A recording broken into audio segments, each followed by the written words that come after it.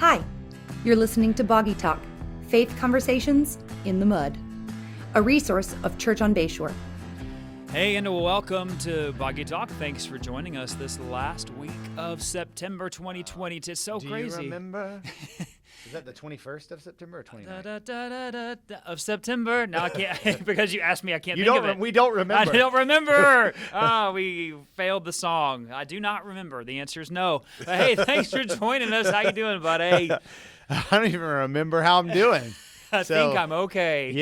Yeah. I'm good, man. Just, again, the Lord's good. There's just so much going on, but grateful to be a part of all that He's doing. Yeah. Here at the church, we just wrapped up diaper drive, which is great. Thanks for all the diapers for foster adoptive families. And I think our goal was too low.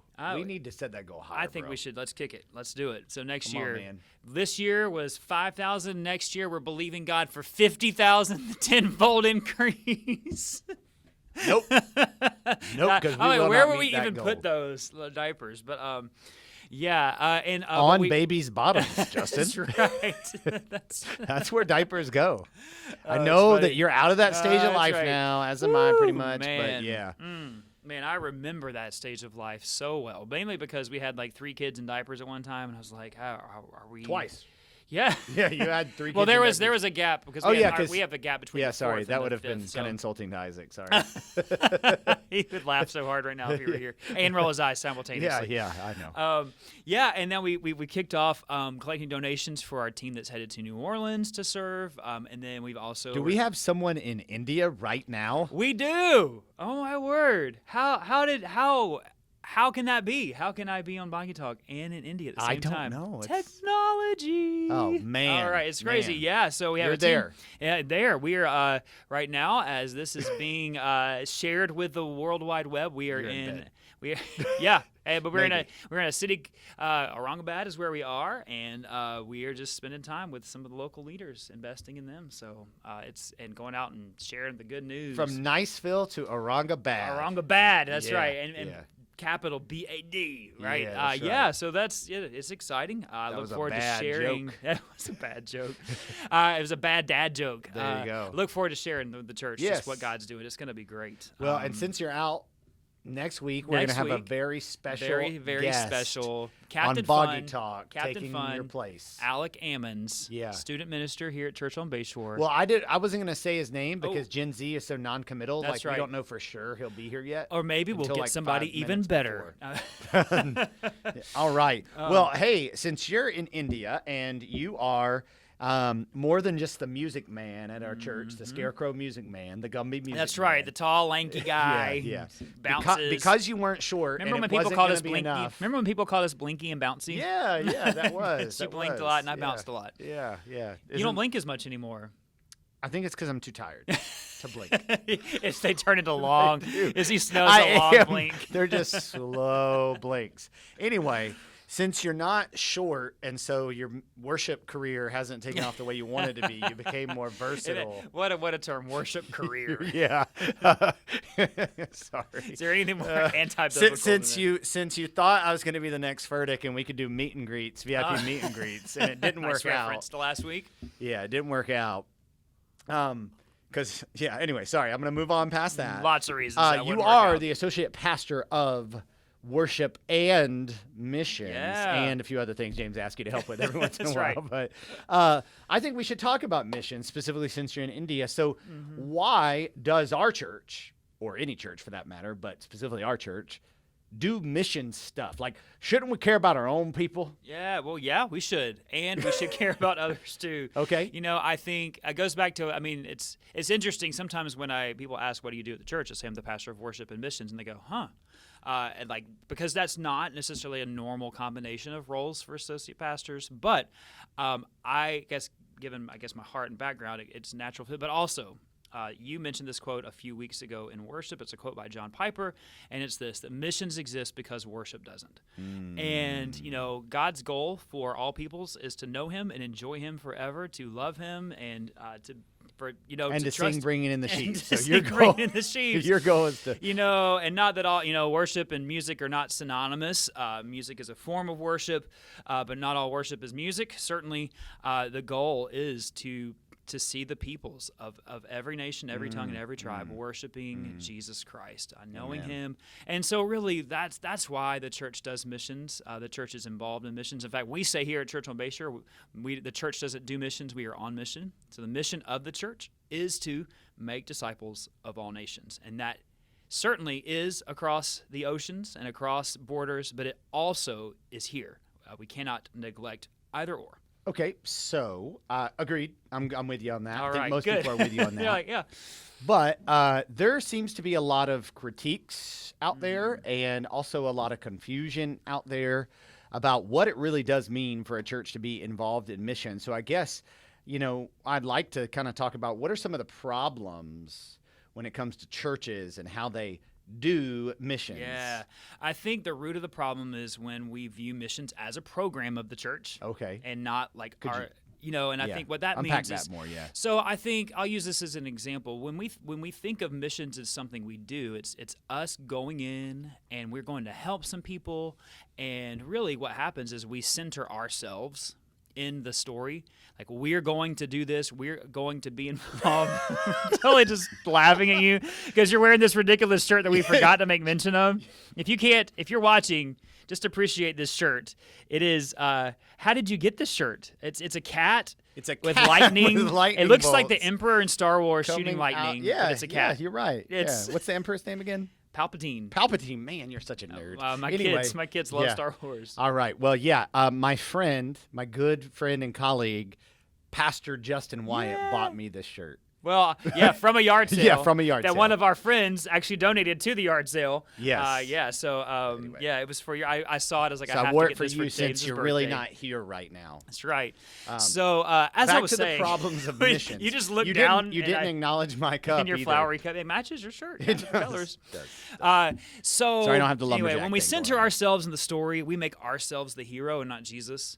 And I think what happens a lot of times in churches is churches, I think, cerebrally understand it's a good thing to go and serve, or good thing to go.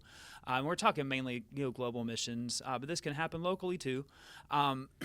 And that gets corrupted by our narcissistic, selfish nature that is self-centered, and it really gives way to what a lot of people call missions tourism, and that certainly is real. And so I think a lot of the critiques Did you say that certainly Israel or is real? Is real. Yeah, it certainly That was a is real. That Freudian is funny. slip.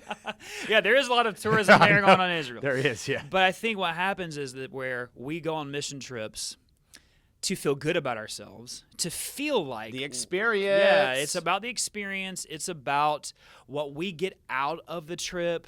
And, while it's certainly true that these trips do change us as we go, I tell our teams a lot in our training that we do is like, when we come back and you talk about this trip, like the first thing you shouldn't say is like, it's not as much as what we did. It just changed me, like, because that you're centering yourself in the story, and you are going to be changed. It is going to change your worldview when you go. It is going to. You can't negate that. But when we center ourselves in the story, what this gives way to is really us being heroes and not Jesus being the center of the story. And we've heard stories, and it feeds in this missions tourism, and it can easily create a dependency on teams coming from other countries, a dependency on the resources.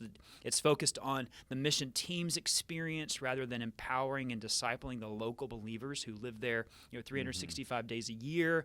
And again, it just distorts what I think is God's call. So with the truth that, unfortunately, a lot of times people go overseas and they're not really asking, are we being effective? They're asking, did that feel good to go do? With the truth that we know that from our experience in India, that there are pastors who have been taught, hey, if you can find a white supporter, you can make it good, in your life. And there being a lot of people who really put on a front and give you numbers and all that stuff to make you feel like you're being impactful. Like, why even do anything? Like, how do we even know that anything we do is actually really being that beneficial? Yeah, I think a lot of this is you walk by faith and you exercise a lot of discernment and reliance on the Holy Spirit. I would say that, again, we've said this on Sunday mornings, a plan is better than no plan, and you make a plan and you go for it until God redirects you or changes course. Or, I think the relationships that we have here where we're serving in India have been the fruit of many years. And, this partnership actually stems back to, your previous church and my previous church. And it took years to get even to a level where we felt comfortable even beginning to talk about financial support, And so I think it takes a commitment to the long haul, the long term. And I think that's where people don't want to make a commitment because people in general want a feel-good story. They want quick results. And that is just not often the case when we're talking about missions endeavors, specifically in places where there is no local church established or there's very little gospel witness. It takes a long time to see the fruit, and we have to be committed to that.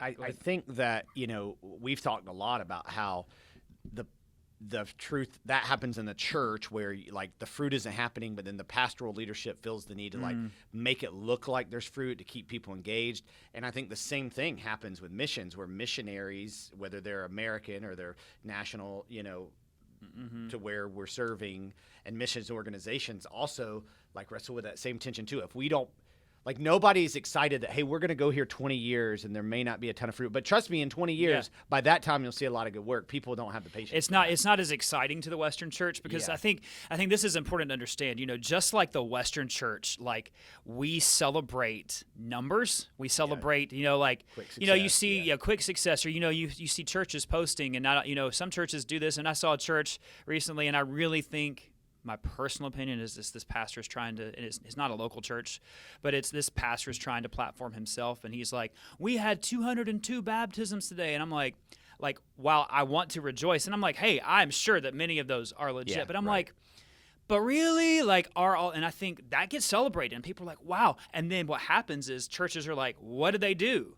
And let's just do what they did, and we'll get the same results. Well, that happens in global missions as well. Every Easter, the whole population in the U.S. is baptized. Yeah, every single I'm just Easter. By now, Professes everyone's. faith in Christ. So I just think where are these people? And so the same is true in missions.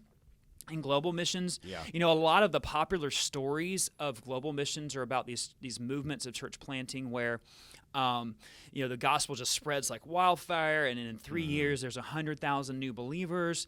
And while certainly some of that is true, but I'm actually reading a book right now called Missions Manifesto that talks about some of this, that the end result is that years later, those believers are nowhere to be found because they haven't voted Republican. Yeah. I'm just kidding.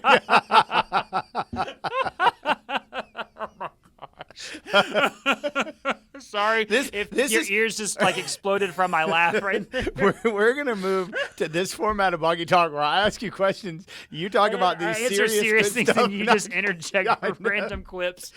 Oh, man. Well, I'm sure, that's what we're converting them to, Christian nationalists, right? So, that has been a problem, right? Yes, Is Americans absolutely. are imparting our ideals, not scriptural ideals. Yes. But back to the point is you're saying, there's been this celebration of this great fruit, but then where are they? When we actually investigate it, it's they're not, and the church isn't continuing to multiply. And so I think because it worked, and there is response, and I think even where we're working in India, there are times, and I don't think this is happening with the pastors we're working with, but there are stories of it's like, hey, this pastor's coming in, and they baptize, and hey, we have another pastor coming in next month. We're all going to get rebaptized, so they all can see, and it's just about we have to recognize a couple of things, that anytime there's money involved, and that doesn't matter if that's cross-culturally or not, no matter if it's rupees, dollars, pesos, whatever you've got to be extra discerning and careful, and know that there is a level of trust, and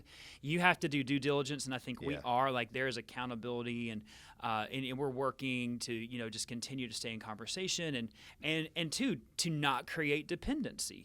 So we have kind of these principles with the pastors we're working with that the financial support we provide is really helping the ministry expenses, not necessarily their family expenses, and it's helping them get where they need to go to share. And it's ultimately it's a short commitment, a 1 to 2 year commitment, and then it goes to another path. So it's to create a little bit of urgency for them as well. Well, yeah, I think this is all good stuff. Well, can you just take the next few minutes before we wrap this up and just talk a little bit more? Because at our church, we have a lot of great people with a lot of great ideas who are read, educated, have relational connections. Praise God. Literally, there could be 150 ideas for how we do missions, but we've kind of narrowed our focus. So what is our strategy, as a church? And people hear this at Discover, but they may not remember, and some people haven't been to Discover. So we have 4 key areas we're trying to engage strategy-wise in missions and outreach, and that is the first is through church planting, both locally and globally. We believe the church is called to carry the gospel to the nations. So, locally, that is supporting church plants in our area and in the United States. Our church planting team has made some recommendations for 2023 as we've helped support Anchor Church in our area and looking forward to what's next. There's some exciting things that I think that team will be able to share once our budget's approved. Lord willing. So approve our budget. Yeah, please. It involves some great things for church planting because we as a church, we want to be investing in the kingdom, giving away ourselves. And then we also want to do that globally. So we are looking in our global engagement. Top priority is that we're working with areas or with organizations whose focus is on planting churches and strengthening churches. So, for example, we took a team of students to the Dominican Republic this past summer. And, so the Dominican Republic, lots of people take mission trips there every year. So why did we go there? Well, to serve. To serve, to serve. Oh, you said surf. I thought you said to surf. To serve. No, but the reason is one, we were taking students and you kind of logistically have to go somewhere that you can get there. But the reason we felt good about going there we were working. Colombia. That's was right. off you're like, all right, you can't go to Venezuela. That's right, or teenagers. Cuba. Yeah. But we were working through local churches. We were working through local Haitian congregations that were reaching Haitian refugees and strengthening. So it's.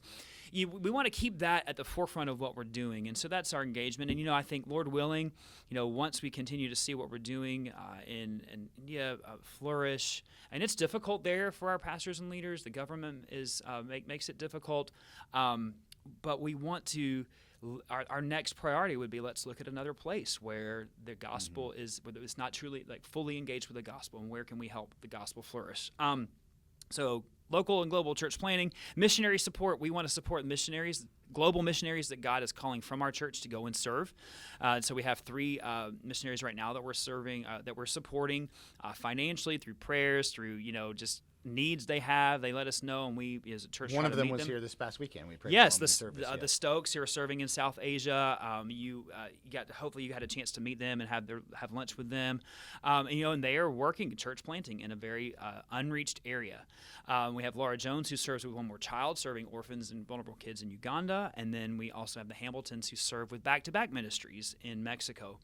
Which really leads us to our missionary support, and then what we call our 127-1910 ministries, serving widows, orphans, the poor, and refugees.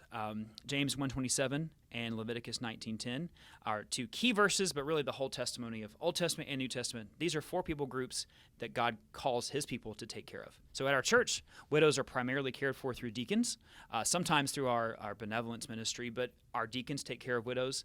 Our ministry support orphan care, foster adoptive families. Our benevolence ministry and other things support those who are in financial need, and then also refugees. We want to be constantly looking at how do we help these people groups. And then the final is our Joe local. Biden. That's right. Oh man, you've made a Or Republican. Leviticus. That's right. Or Or God the Bible. speaking to Yeah, his and that is a key. People, when you start focusing on those things, people are saying, "Well, we should just be about proclaiming the gospel." True. And that is true, yes. Yeah. But an implication of the gospel is that we do care for those. The gospel is thy kingdom come, thy will be done on earth as it is in heaven. Yes, exactly. Like Jesus. The gospel of what, right? Yeah, exactly. Like Jesus, when his time on earth in ministry, he served people, he helped people, he healed people, and that to say that was his calling. Oh man, you're on fire today. I know, yeah. But and the last is our local engagement. How are we locally engaging our community? That happens through some support of some local organizations and ministries. It also happens through serving and encouraging people to serve and getting people plugged into community organizations and ministries where they can serve. Like Serve Day is going to be coming up November 5th. That's a Saturday, and we did one in the spring and had a lot of people participate. But more than people participating, what was great is that one of the goals we had was intergenerational serving, which happened, but also that some people who participate in these ministries continued serving in them, and so they're making connections in the neighborhood, in the hood, and it's just great. Yeah, I think that I would just say we when you think about missions, you can't separate all the other things, and healthy disciples make healthy disciples. Yeah. And so, like, really, ultimately, God hasn't necessarily given us a lot of clarity on methodology of the church, but also same for missions. And so don't separate. All that we've talked about in Boggy Talk, Right. if you think about missions, don't automatically, change the way you think. And if we're doctrinally sound and creating disciples, then that is ultimately going to lead to the way that we do missions, not perfectly, but effectively for his kingdom. Right. And so grateful to have you on board and all the stuff you're bringing. I'm, trying to table continue there. to learn in this. I think because it's an ever-shifting, you got to continue to learn. I think the last thing I'd say, too, is that the two errors we often make is that we abandon things too soon. It doesn't make us feel good, or it's not the fruit we wanted to see. It didn't happen as fast. Or we overstay the welcome and we create codependency. That's good. And that happens. That can happen. That happens in leadership, and it happens in a micro level, like in the ways that we are responsible for shepherding the church. We can abandon things too soon or create dependency on ourselves when we're called to shepherd the church and then equip the saints for ministry. And it's the same in missions. Final question. All right. Can I use the children in other countries on my Instagram post to make me look spiritual? Oh, no, you cannot. Okay, all right. We cover that in our training, too. Okay. Don't post pictures of you with people that you wouldn't talk to here in America. Ooh, that's good. All right, we got a couple good questions this week, right? So the first question is, why, in light of our intergenerational study and emphasis as a church, why do we still have contemporary and traditional services? Yeah, that's a great question. That's a good question. Because of you? It's just really nuanced. There's a nuance to the nuance of the nuance. No, I mean, we would love for them to be identical. Yeah. I'll just speak bluntly about it, but there's just people that have strong preferences about music, whether that be traditional or contemporary, and for whatever reason they say and seem to be distracted by having identical services, that would be maybe more in the middle. Yeah. And so, it's just not really worth forcing it. Our hopes is maybe that would eventually be something that kind of naturally happens. And so add to the fact that we don't really have space. That's what I was about to say. That's a practical matter that kind of helps make. We could wrestle with this a lot more, but a practical thing right now that makes the decision a little easier for us is that if we were to combine and have two services, we would be full in both services. And really full, at capacity, there's this 80%, now it's really 70, even some would say lower than that, percent rule of like once you have that many percentage of your seating's full, you're full because people don't feel like there's room for them. We would be at that level in both services. And so we really don't want to be there because God is growing us and we want to create space. So we really at this point need three services. And because we have people who are there, who are just they have strong preferences. And I think that most of them now would say it's a preference. They wouldn't try to argue that it's better biblically one way or the other. But by and large, I agree. There's a few, but even they would be mostly gracious about it. You're right. I mean, and if I were probably 10 years younger, I would probably be like, no, this is what God wants. He wants us worshiping together. We're going to make it happen. And I would create drama that doesn't need to happen because we are moving in that direction. And maybe just not as fast as we'd like. And honestly, part of it is I genuinely love the people. That, for the traditional service, I genuinely love the people. And, as I'm called to equip the saints, I'm like, if this is right now what it takes, I'm happy to do it. because I have, just like everyone else in this church, Yeah. I have preferences too, Right. and none of us should get all of our preferences all the time. You're right. And so I'm Unless happy to we're serve Jesus. that way. Jesus should get all of his Yes, preferences that's right. because, and even he's like, did not see Yeah. equality with Yeah. God a I thing to be know. grasped. but Amen. laid Preach, himself brother. down. So, Speaking of preaching, hey, Question 2. this question actually came from a join class that we had Yes. recently, and the question is, do we ordain women as pastors? So, and why not? and why or why not? And the answer was no, we as a church do not. Yeah. So why not? The Bible, Paul, very specifically explains that, and when he gives qualifications elsewhere for pastoral role, he also addresses men, and it is clear in the language that that's what he's doing. And some people have said, well, isn't this just more of a cultural thing? And because there's some other things in the New Testament that you could say, well, that was really a cultural thing. How do we apply Right. that principle? But he actually references creation in the one passage dealing with this in 1 Corinthians. And so, I think that it's just clear, Now, why? Fully, that's where we can kind of get into like debate. Ultimately, I would say that, God has created men and women to have distinct roles. Biology supports that, and it's been the way it's been since the origin. And so that's how God's kingdom functions, is the roles of men and women. So he's placed men as the spiritual leader. That doesn't mean what has been abused by Right. people in Abused and churches misused, and right. domineering, and it doesn't mean when that women literally have to sit down and shut up and not say anything. Like, that's not what it means. But if a woman were the pastor, then she's the spiritual leader in the church. How is her husband the spiritual leader? And you really have to dig in to understand the nature of the church, how it overflows out of the family, and all that stuff to fully understand it. I think a lot of the debate is just because people really don't know what the Bible says. Now, I have no personal, there's no, in fact, in my flesh, I'd rather not have this argument, Right. and just let women do, whatever, but I just have to trust God in this. We have people that don't join this church because of that.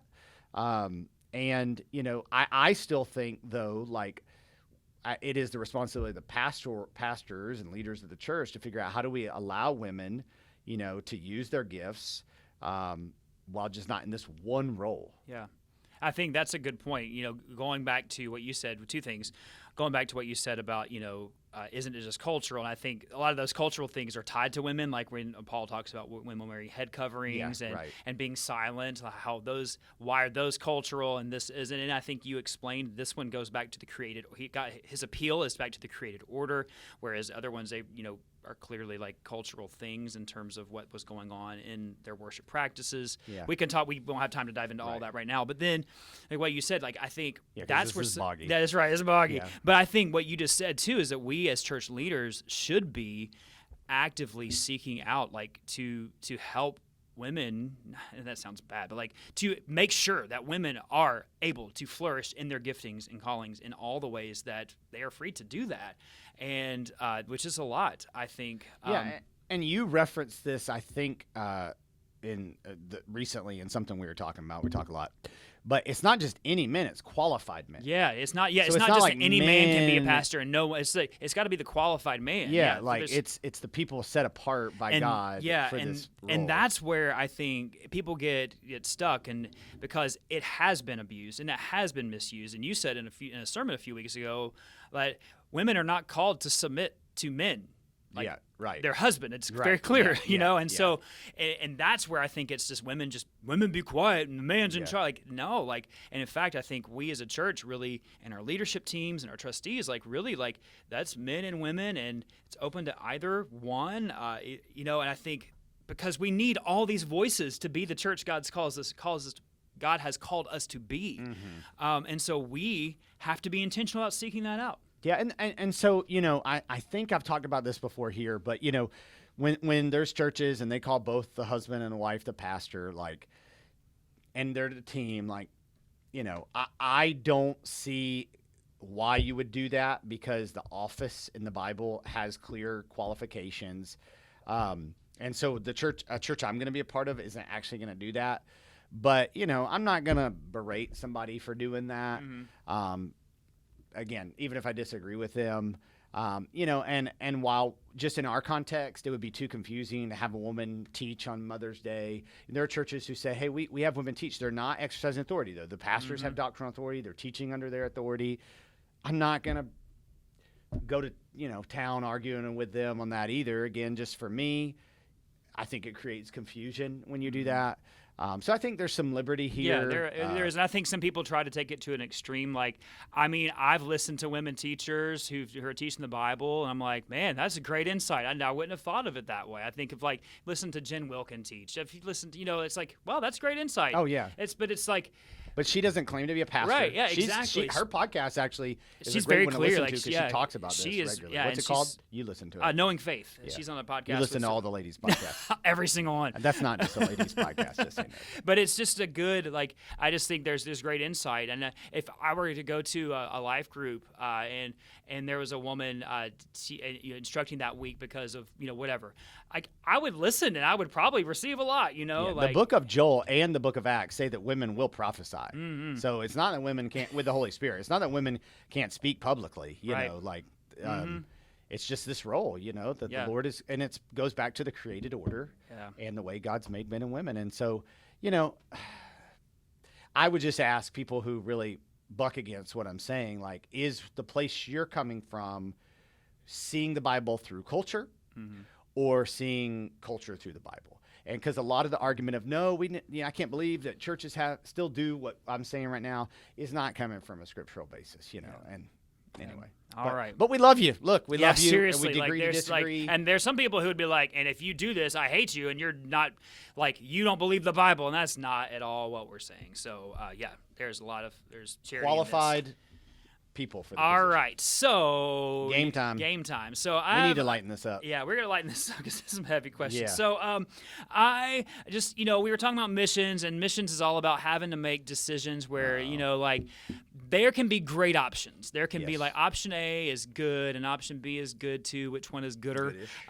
Good. Which one's gooder? Okay. But oftentimes you're having to make a decision between one thing that is not as great and one thing is really not as great. So we're going to play a little game of this or that, and you, Sir James Ross, have to choose which one you would choose, this or that. Okay. So here we go. Would you choose this? Being stuck in a life group with someone who always turns every conversation into a debate about end times. Okay. Or someone who starts off every conversation in life group by saying, well, I feel like Scripture says this. I'm totally setting you up on all of these. Goodness Who would you rather be stuck on a life group life group with someone who turns every conversation to a debate about end times, or that someone who starts everything they say about the Bible with, I feel that it. I guess I'd go with the I feel that it, because at least I'm engaged and entertained by what new thing they're saying. Yeah, there you go. And I would blink a lot. You'd be like, what's funny is I think everybody who knows you well, and I can just see your face right now. Yeah. Okay. Well, actually. Yeah. That's why I don't lead a life group. All right. So. Crushing those feelings. Would you rather this? To have to publicly endorse the Left Behind series, or that publicly, and this is a throwback to last week, publicly endorse I Kiss Dating Goodbye. Ooh. For the record, neither one of these are good endorsements. So I'd rather publicly endorse I Kiss Dating Goodbye with some disclaimers. There would just be too many disclaimers for the Left Behind series. I'm with you. Oh, man. Can you imagine? All right. Would you rather worship in a service next to someone who can't keep a beat but insist on clapping, Oof. or someone who can't sing on key but insist on singing very loudly? I guess the very loudly one, again, apparently I'm a that guy, because, they probably love Jesus and they're just not good at singing, and that has happened to me many times. Yeah. The clapping on beat though, like then it gets hard for me. Yeah, you're like, okay, just Yeah. let me just grab your hand. I'm gonna Yeah. hold your Yeah. hand. Both are pretty challenging. Yeah, I'm with you. I would. That's I why I would, sit in the front row. I Nobody would sits choose near the me. loud singer because I'm like, I could probably still sing louder than you. Yeah. But also, like, at least they're probably coming from a place of just genuine worship. Yeah. Not that the offbeat clapper isn't, but you know. All right. So this or that? Would you rather, Words are dangerous. as a life coach? Life coach. As a life coach. Life coach. Is that my new title in That's right. 2023? Would you rather have this, Joel Osteen, or that, Oh. Stephen Furtick? Who you want as your life coach? It's got to be Joel Osteen, man. Yeah. Yeah. He's just so much nicer. Yeah, I think you would.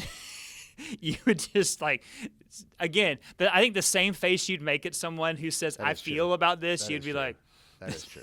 That is Stephen true. Furtick I said. would. All right. Okay. Would you rather this?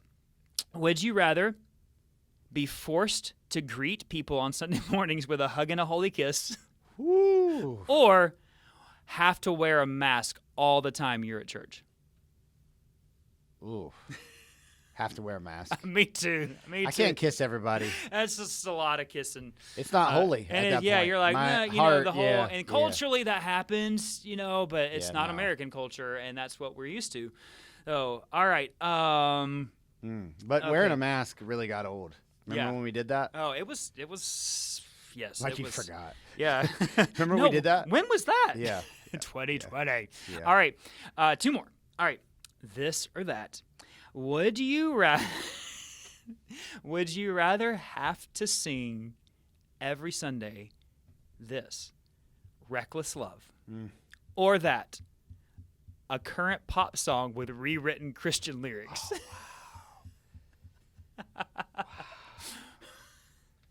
Reckless love, but I would just never say reckless. I would say relentless. You would I just change the substitute. You would words, just yeah. change. You would do your own rewrite Or of the I lyric. blink whenever we said relentless. Oh, reckless. the overwhelming love. There you go. Yeah, but the other thing would just, I would just, You would be be so like, cynical It in would my be heart, like, yeah. oh, come on.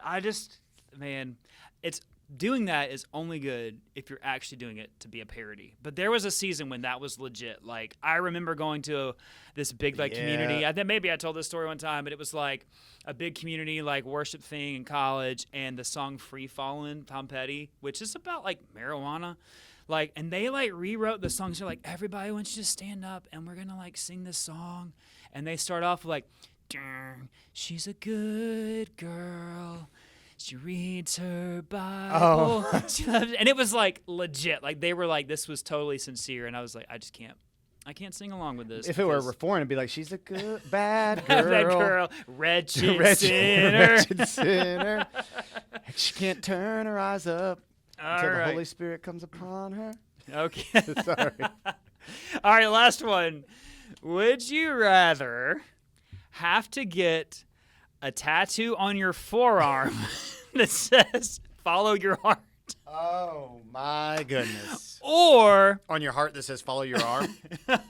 Sorry. have to exclusively wear cheesy knockoff Christian T-shirts like the Reese's symbol that says "Jesus, King of Kings"? I would just always wear long sleeve shirts and cover up the follow your heart. And I would probably like redo it, you know, and I would also be good testimony. Like this is a good example of why following your heart. Yeah, doesn't there work you go. out, Turn you it know? into a preaching illustration. yeah. One time I got this tattoo, and then you'd pull out a Sharpie and just be like, "Don't follow," and you could just there you go, or just wear long sleeves. For me too, because I'm a pastor, like I'm wearing this cat shirt, like with lightning bolts. this like, shirt is amazing. People know it's ironic, but Right. if I were wearing this cheesy Christian shirt, it's like people who listen to Boggy talk would know it's ironic. Yes. But like people out and coaching football against They me would be like, think "He's you're serious." Yeah, and then people would start getting you more because they would be like, "Oh, we know that you like these," and they would just Yeah, keep I buying know, you more I and know, more, I know, and then yeah. it would be cheesy art on your walls, and then it would just it's a snowball that you couldn't stop. And I feel like the tattoo, you could redeem that And, somehow. yeah, and if I was wearing that "Follow Your Heart" tattoo, like a lot of the ladies at Panera and Blue Water would be like, Good for you. Yeah. Good for you. Wait, follow your heart. Yeah, Get you that are where tattoo you on need to your be. I forearm. see you. All the Just, cliches. hey, you just need to be still. Yeah, that's right. Well, those kind of, I came up with those off the top of my head, and I had a few more good. that I just was like, that was not good. So anyway, this or that. Sometimes we're forced into making choices between two good things. Sometimes we're forced into making decisions between two bad things and choosing the lesser of evil. But hey, tuning into Boggy Talk That is got never serious, man. Yeah, Yeah, okay. yeah. Yeah. Tuning into Boggy Talk is never a bad thing. Hey, I have a question for you. All right, come on. Bayshore. How do you pronounce it? Bayshore. Because I hear people Bayshore. Bayshore. Alec and others say Bayshore. Bayshore. They like Bayshore. Church on Bayshore. Church on Bayshore. Yeah. Church on Bayshore. Church on Bayshore. Church on Bayshore. Why is that so? It's really. I mean, it's just that, you know Bayshore. what? It should just be First Baptist Church. Oh, it's time to change it back. Yes. soon? That's too Still too soon. soon? All right. Okay. Hey, thanks for tuning in. Be sure you tune in next week with a special guest. Yes. Hey, thanks for tuning in. See you next time. Thanks for listening to Boggy Talk. We are so glad you joined in the conversation. Go ahead and subscribe so you don't miss a beat.